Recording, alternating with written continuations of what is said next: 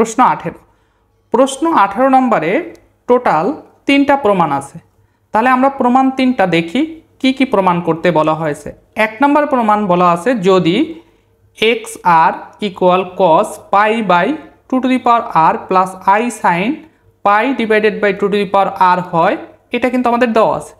তবে দেখাও যে x1 into x2 into x3 dot dot dot up to infinity equal -1। তো দ্বিতীয় প্রমাণটা যেটা বলা আছে যদি x r equal cos pi by 3r plus i sine pi divided by 3r হয়, তাহলে প্রথম প্রমাণের ক্ষেত্রে যেটা দেওয়া আছে সেটার সাথে এটা ডিফারেন্স শুধু এইখানে ছিল 2r আর এইটা হচ্ছে 3r। তাহলে হয় তবে দেখাও যে x1 into x2 into x3 dot dot up to infinity equal এক্ষেত্রে কি হবে আই। আর তৃতীয় প্রমাণ যেটা আছে সেটা বলা আছে যদি x r equal cos a to the power r divided by b to the power r into pi plus i sine a to the power r divided by b to the power r into pi হয়, তবে দেখাও যে x1 into x2 into x3 dot dot up to infinity equal cos pi a divided by b minus a plus i sine pi a divided by b minus a। অর্থাৎ এটার ক্ষেত্রে আমার এটা দেওয়া আছে, এটা থেকে আমার প্রমাণ করতে হবে এই যে এটা x1 into x2 into x3 dot dot up to infinity equal এই যে right side cos pi a divided by b minus a plus i sine pi a divided by b minus a। তাহলে আমরা প্রথম প্রমাণটা দেখি। তাহলে ফার্স্টে আমরা কি লিখলাম, দেওয়া আছে এক্স আর সমান cos pi divided by 2 to the power r plus i sine pi divided by 2 to the power r। তাহলে যদি r এর মানটা 1 2 3 আপ টু ইনফিনিটিভ হয় তবে তাহলে r এর মানটা যদি আমরা 1 বসাই, তাহলে r এর মান 1 বসালে এখানে কি হবে x1, তাহলে x1 সমান কজ পাই বাই r এর মান কত 1, তাহলে 2 পাওয়ার যদি 1 হয় তাহলে 2 plus i sine pi divided by এই যে r এর মান 1 বসালাম, তাহলে 2 টু দি পাওয়ার 1 মানে হচ্ছে 2। তো তারপরে r এর মান কি বসাবো 2 বসাবো, তাহলে x2 সমান আমরা এটা পাবো।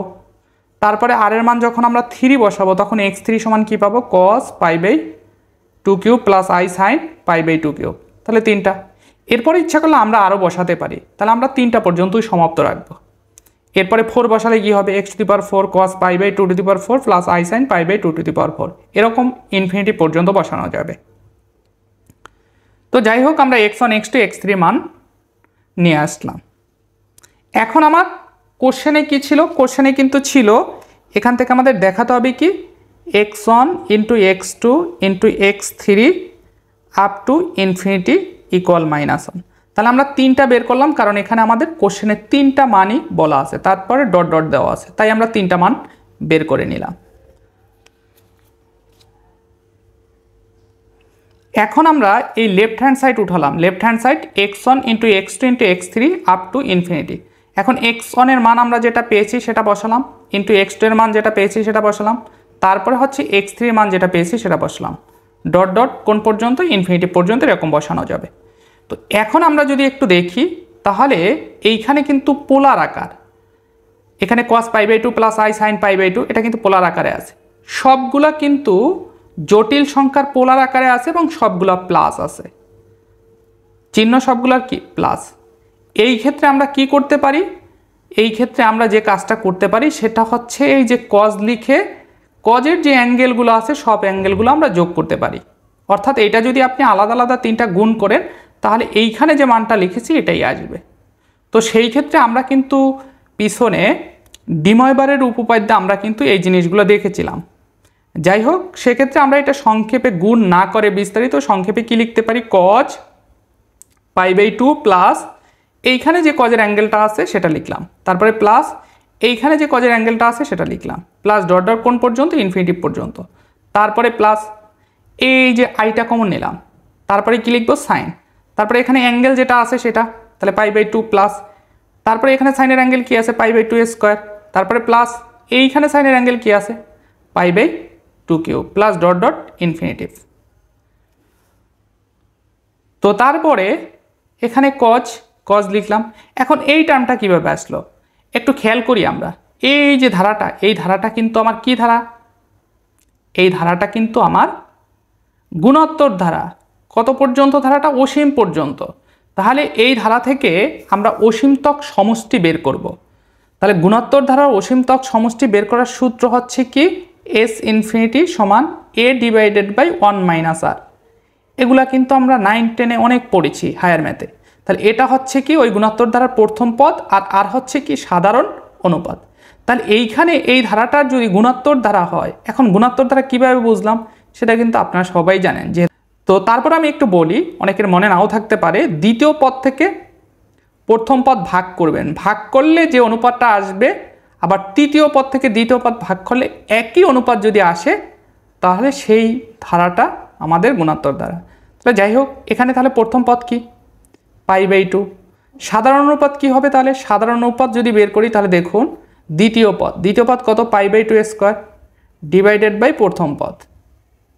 এখন এটাকে যদি ক্যালকুলেশন করি আমরা, তাহলে উল্টায় দিলে কি হবে? π/2 স্কোয়ার ইন্টু 2টা উপরে আসবে আর পাইটা নিচে, তখন পাই কাটা যাবে, এখানে একটা 2 কাটা যাবে। তার মানে এখানে কি থাকে? এখানে কিন্তু আমার সাধারণ অনুপাত কি? হাফ। ঠিক আছে, আর প্রথম পদ কি? π/2। তাহলে সূত্রটা কি? এ ডিভাইডেড বাই 1 মাইনাস আর। তাহলে দেখুন এর মান বসালাম, π/2 ডিভাইডেড বাই 1 মাইনাস আর কত আসছে? হাফ। এটা হচ্ছে গুণোত্তর ধারার অসীমতক সমষ্টি বের করার সূত্র। এই যে এই সূত্রটা আমাদের জানতে হবে। তো তারপরে প্লাস আই সাইন, এখানেও কিন্তু সেম কাজ করেছি। এখানেও কিন্তু গুণোত্তর ধারার অসীমতক সমষ্টি বের করেছি। প্রথম পদ ডিভাইডেড বাই 1 মাইনাস আর, মানে হচ্ছে সাধারণ অনুপাত। তো তারপরে cos π/2 ডিভাইডেড বাই, এটাকে আমরা ক্যালকুলেশন করলে কত আসবে? হাফ, প্লাস আই সাইন π/2, এটাকে ক্যালকুলেশন করলে কি আসবে? হাফ। তো এখন যদি আমরা উল্টায় দিই তাহলে এই টু কাটা যাবে, তাহলে এখানে cos π আসবে। cos π প্লাস আই সাইন π, এখানেও কিন্তু উল্টায় দিলে 2 কাটা যাবে, পাই থাকবে শুধু। আর cos π এর মান হচ্ছে কি? -1। তো cos π এর মান -1, এটা কিন্তু আমরা ডিরেক্ট লিখি নাই, এটা কিন্তু চতুর্ভাগের নিয়ম অনুসারে আপনি ইচ্ছা করলে বের করতে পারেন। আর cos π এর মান কিন্তু -1ই হবে। তারপরে প্লাস আই সাইন π এর মান হচ্ছে কি? 0। তাহলে এখানে কি হবে? -1। তাহলে আমার 1 নাম্বার যে প্রমাণটা ছিল সেটা কিন্তু এই যে x1 into x2 into x3 dot dot up to infinitive সমান কি? -1 দেখাতে বলছে। তাহলে আমি লেফট হ্যান্ড সাইডকে ক্যালকুলেশন করে কি পেয়েছি? -1 ইকুয়াল রাইট হ্যান্ড সাইড দেখানো হলো। আশা করি ক্লিয়ার। এরপরে আমাদের যেটা, সেটা হচ্ছে দ্বিতীয় প্রমাণ। তো দ্বিতীয় প্রমাণের ক্ষেত্রে আমাদের যেটা দেওয়া আছে সেটা কি দেওয়া আছে? এই যে xr সমান cos π/3 plus i sine π divided by 3 এটা দেওয়া আছে। তাহলে আমার প্রমাণ করতে হবে কি?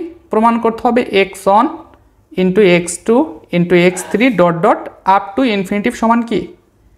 আই। এটা প্রমাণ করতে হবে। তাহলে এটা হচ্ছে আমার লেফট হ্যান্ড সাইড, এটা হচ্ছে আমার কি? Right hand side. তাহলে আমি আগে যেটা আমাদের দেওয়া আছে সেটা থেকে x1 বের করবো, x2 বের করবো, x3 বের করব। অর্থাৎ প্রথম যে প্রমাণটা করেছি সেই প্রথম প্রমাণের মতোই। তাহলে আর এর মান 1 বসালে x1 পাবো, আর এর মান যদি 2 বসাই তাহলে x2 পাবো, আর এর মান যদি 3 বসাই তাহলে কি পাবো? x3 পাবো। তাহলে x1 x2 x3 মান আমরা কিন্তু পেয়ে গেছি। তো লেফট হ্যান্ড সাইড কি? তাহলে আমার x1 into x2 into x3 up to infinitive. তাহলে x1 এর মান যেটা পেয়েছি সেটা বসালাম, ইন্টু x2 মান যেটা পেয়েছি সেটা বসালাম, ইন্টু x3 মান যেটা পেয়েছি সেটা বসালাম, ডট ডট ইনফিনিটিভ। এখানেও সে আগের মতো, যেহেতু এইখানে জটিল সংখ্যার পোলার আকার দেওয়া আছে এবং সবগুলোর চিহ্ন প্লাস, সেক্ষেত্রে আমরা যেভাবে চিন্তা করতে পারি সেটা হচ্ছে কজ লিখে কজের যে অ্যাঙ্গেলগুলো সে অ্যাঙ্গেলগুলো যোগ করে দিব। তারপরে প্লাস আই সাইন লিখে সাইনের যে অ্যাঙ্গেলগুলো সেগুলো যোগ করে দিব। এগুলো তখনই করা যাবে যখন হচ্ছে দুইটা জটিল সংখ্যার পোলার আকারের দুইটা সাইনই কি থাকবে? পজিটিভ থাকবে। দুইটা বা তিনটা যাই থাকুক না কেন সবগুলো পজিটিভ থাকবে, তখন অ্যাঙ্গেলগুলো এভাবে যোগ করা যাবে। ঠিক আছে, তাহলে এখানে এটা করার পরে সে আগের মতো, তাহলে এইখানে যে ধারাটা, এই ধারাটা কি? গুণোত্তর ধারা এবং অসীম পর্যন্ত আমরা সমষ্টি বের করব। তাহলে আমরা প্রশ্ন 1-এর যে প্রমাণের ক্ষেত্রে যেটা করেছি সেটাই হবে। তাহলে কজ লিখলাম। তাহলে অসীমতক সমষ্টি বের করার সূত্র কি দেখেছিলাম? এই যে a divided by 1 minus r. তাহলে এখানে এ বলতে কি ধারাটা পাই বাই 3 1 মাইনাস আর, আর মানে কি সাধারণ অনুপাত। তাহলে সাধারণ অনুপাত এখানে যদি বের করি তাহলে কি হবে, এখানে কিন্তু সাধারণ অনুপাত কি হবে দ্বিতীয় পদ, অর্থাৎ pi divided by 3 square divided by প্রথম পদ অর্থাৎ পাই ডিভাইডেড বাই 3। এখন এটাকে উল্টায় দিলে কি হবে পাই বাই 3 স্কোয়ার ইন্টু 3 ওপারে যাবে পাই নিচে আসবে, তাহলে পাই পাই কাটা, এখানে 3 সাথে 3 কাটা গেলে কি হবে আর এর মান কিন্তু 1/3 হবে। তাহলে দেখুন সেটাই কিন্তু আমরা লিখেছি। তারপর প্লাস আই সাইন, এটার ক্ষেত্রেও কিন্তু same pi by 3 divided by 1 minus 1/3। তো এখন এইখানে যদি আমরা ক্যালকুলেশন করি তাহলে কিন্তু আমাদের 1 মাইনাস 1/3 মানে কি, তাহলে 3 লসাগু করা যাবে, তখন 3 মাইনাস 1 তার মানে হবে 2/3। কি হবে 2/3, নিচে কিন্তু এটা মানে 2/3, তখন উল্টায় দিলে 3 থেকে কাটা যাবে, থাকবে হচ্ছে পাই বাই 2। তাহলে cos pi by 2 plus i sine, এখানেও সেম ওয়েতে পাই বাই 2 পাওয়া যাবে।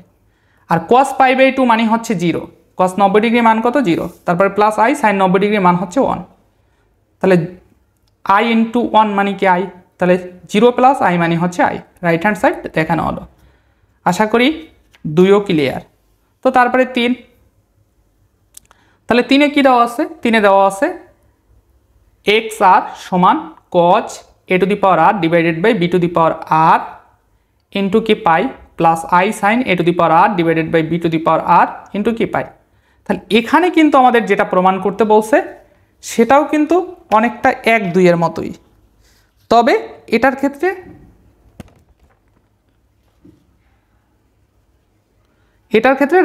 রাইট সাইডটা আসলে মানে আগের অঙ্কটার মতো -1 অথবা আই না, এটার ক্ষেত্রে একটু রাইট সাইডটা বড়। তাহলে x1 x2 x3 dot dot infinity সমান রাইট সাইডটা হচ্ছে cos pi by a divided by b minus a plus i sine pi a divided by b minus a। এই যে এইটা আমাদের প্রুভ করতে হবে। তাহলে দেখুন এখানে x1 x2 x3 কিন্তু আর এর মান 1 2 3 বসিয়ে আমরা x1 x2 x3 পেয়ে গেছি। অবশ্যই এগুলো আপনারা বুঝতে পারবেন, এগুলো খুব ইজি জিনিস। তো তারপরে left hand side x1 into x2 into x3 up to infinitive, তাহলে x1 এর মান বসালাম, x2 এর মান বসলাম, x3 এর মান বসলাম আপ টু ইনফিনিটিভ পর্যন্ত। এখন এখানেও কিন্তু আমাদের জটিল সংখ্যার পোলার আকার পজিটিভ মান অর্থাৎ মাঝখানের চিহ্ন প্লাস সবগুলোরই গুণ করতে বলছে, গুণ করতে হবে। তাহলে গুণ করলে cos, তারপরে এখানে যে অ্যাঙ্গেলটা আছে সেটা লিখবো ব্র্যাকেট দিয়ে, তারপরে প্লাস এই অ্যাঙ্গেলটা, তারপরে প্লাস এই অ্যাঙ্গেলটা, তারপরে প্লাস সাইন দিয়ে আই কমন নিব, তারপরে সাইন লিখবো, তারপরে a divided by b pi, তারপরে plus a square divided by b square pi plus a cube divided by b cube pi dot dot infinity পর্যন্ত। সেই কাজটাই করবো আগের মতোই। এই যে দেখুন, তাহলে এখানে এটাও কিন্তু গুণোত্তর ধারা, এটাও কিন্তু গুণোত্তর ধারা। এখন আমি সেই গুণোত্তর দ্বারা কীভাবে বুঝলাম, ওই যে সাধারণ অনুপাত বের করবেন আপনি, দ্বিতীয় পদ থেকে প্রথম পদ ভাগ করবেন, যে অনুপাত আসবে তৃতীয় পদ থেকে দ্বিতীয় পদ ভাগ করলে সেম অনুপাত যদি আসে তাহলে সেটাই হচ্ছে গুণোত্তর দ্বারা। তাহলে এটার অসীমতক সমষ্টি বের করার সূত্র কি, তাহলে cos লিখলাম, অসীমতক সমষ্টি a divided by 1 minus r, তাহলে a বলতে কি এখানে প্রথম পদ a divided by b into pi 1 minus r, তাহলে সাধারণ অনুপাতটা আমরা পেয়েছি কত a ডিভাইডেড বাই b। একটু বের করি সাধারণ অনুপাতটা, তাহলে দ্বিতীয় পদ কি a square divided by b square into pi ভাগ প্রথম পদ a divided by b into pi. এখন যদি আমরা উল্টায় দেই তাহলে কি হবে a square b square into pi গুণ, তখন কিন্তু এই যে বিটা আছে বিটা উপরে চলে যাবে আর a পাই নিচে চলে আসবে। তাহলে দেখুন এইখানে বি বি কাটা যায়, এখানে থাকবে বি, এইখানে পাই পাই কাটা যায়, তারপরে এখান থেকে একটা কাটা যায় একটা থাকে, তার মানে সাধারণ অনুপাত কিন্তু a ডিভাইডেড বাই বি। তাহলে এইটাই কিন্তু আমরা লিখেছি 1 মাইনাস সাধারণ অনুপাত অর্থাৎ a ডিভাইডেড বাই বি, তারপর plus i sine a divided by b into pi 1 minus a divided by b. তো এখন এইখানে যদি আমরা বি লসাগু করি তাহলে কি পাবো b মাইনাস a, কি পাবো b মাইনাস a। তাহলে আমার উপরে আছে কিন্তু a pi divided by b, আর নিচেরটা যদি লসাগু করি তাহলে আমি পাবো b মাইনাস a। এখন যদি উল্টায় দেই তখন এই বি বি কাটা যাবে, তার মানে এখানে থাকবে a pi divided by b minus a। তাহলে কজের সাথে কিন্তু এটাই আছে cos a pi divided by b minus a। তো তারপর plus i sine a pi divided by b minus a একই, এটাই আমার প্রমাণ করতে বলছে, সুতরাং রাইট হ্যান্ড সাইড দেখানো হলো।